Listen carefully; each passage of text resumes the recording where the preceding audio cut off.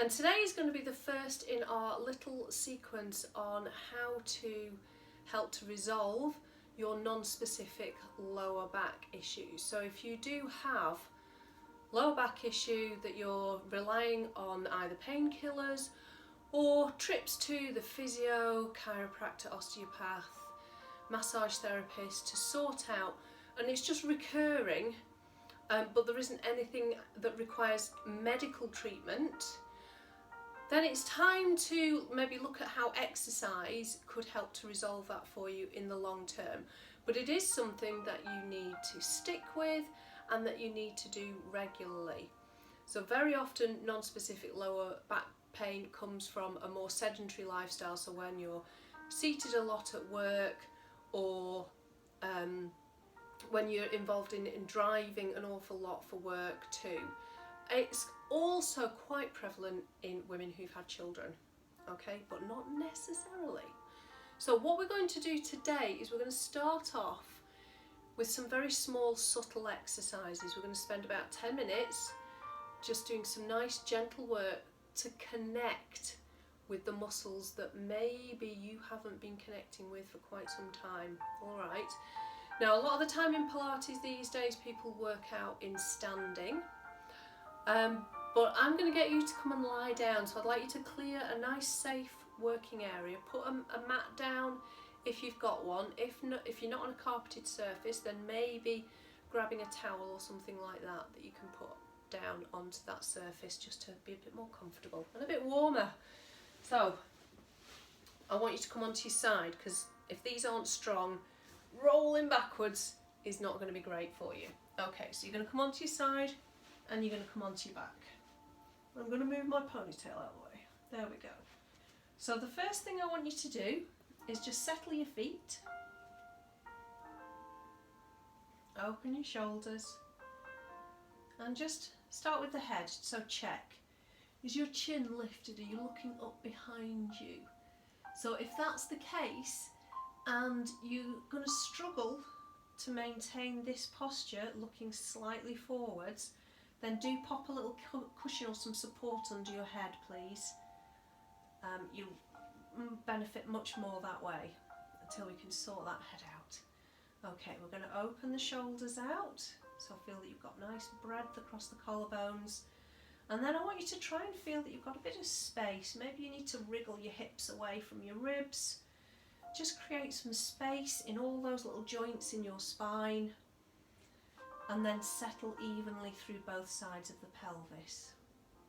Now I've got knees pointing at the ceiling and feet are the same width as your hips. Now the reason knees are bent is because if I was to straighten my legs out, for those of you whose backs tighten up, you might well do that and your back will straight away tighten up.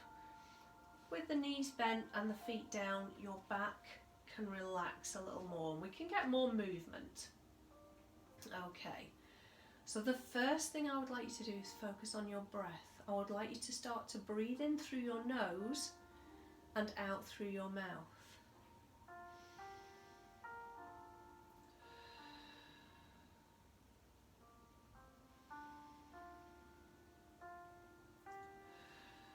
Really focus on that breath and where it's going in the body. So do you feel it come up and down in your shoulders? Are you breathing into here, into the upper chest? Maybe you feel it all go up and down at the tummy.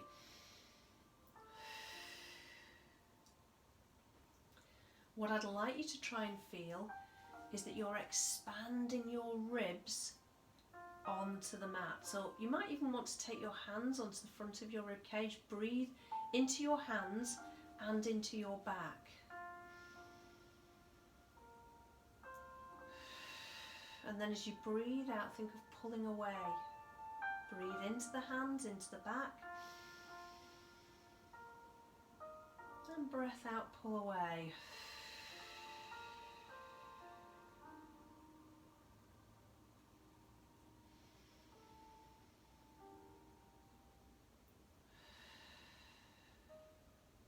So just keep those breaths going for me. Breath is an incredibly important tool when it comes to working with your core. So as well as your abs and your back muscles and your glutes, your pelvic floor is also part of your core system. And they operate best when the pressure in your body is right for what you're asking them to do.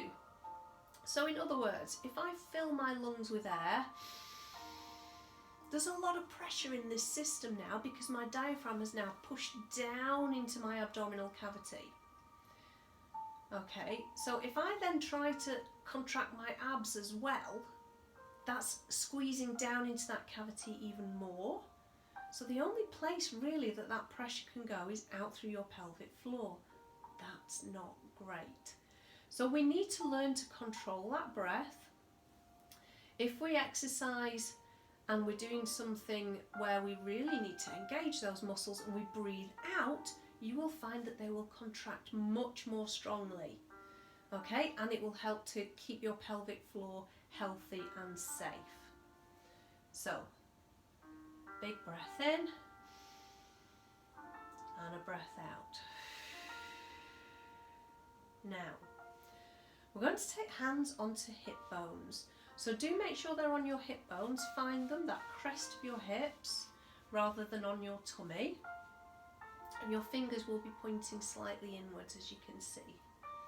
So now on that breath out, I want you to imagine that you're blowing a feather across the table. And as you do that, you might feel that the muscles in between your fingertips tighten and your pelvic floor also starts to switch on a bit. So let's take a nice big breath in. Now breath out. Blow that feather across the table. Big breath in. Breath out.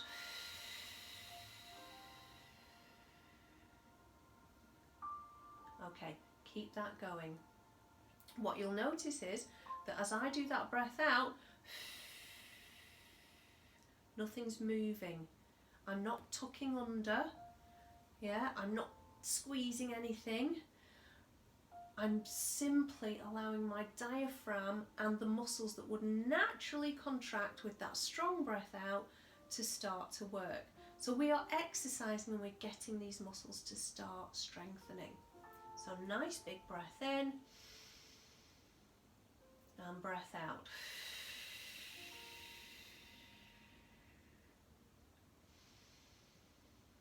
I'm not consciously clenching anything. However, if you feel you would like to exercise your pelvic floor a little bit more, then do breathe out and lift. Think of lifting and gently squeezing that pelvic floor.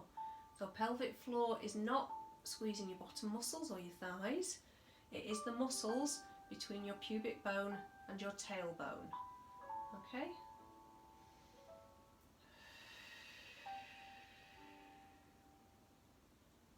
Now, we're going to work on the diaphragm area a little bit more because I do tend to find that, especially with women, I have seen this in men too, but it's more with women, that there tends to be an issue, especially if you've had children, with the rib cage being a bit flared. So when you lie down, you might notice that actually your ribs, the bottom of your ribs, sticks up a little bit. It protrudes and then your tummy goes down from that. So if you take your hands now onto your ribs, so do make sure, again, you can feel it's on that bony rib cage, not on your soft tummy, right up on your ribs. Now, again, I want you to breathe into your hands and blow that feather across the table. Now try and pull away from your fingertips. Can you create a little space? Breathe in, breathe out.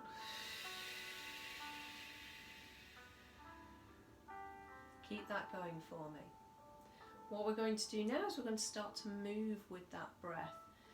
Now, I'm going to get you to take your hands now under the small of your back, because what I'd like you to do is not squash your fingers.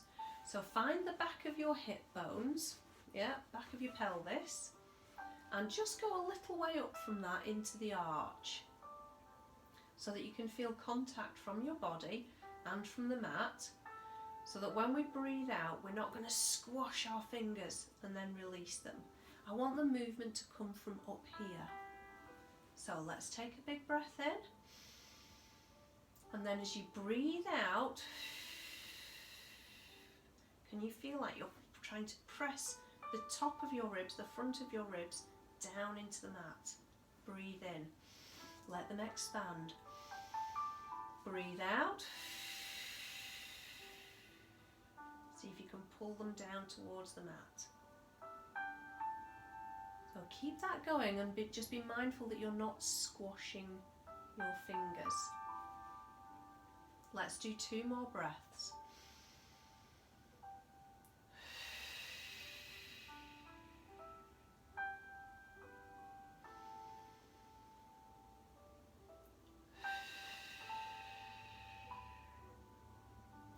And release.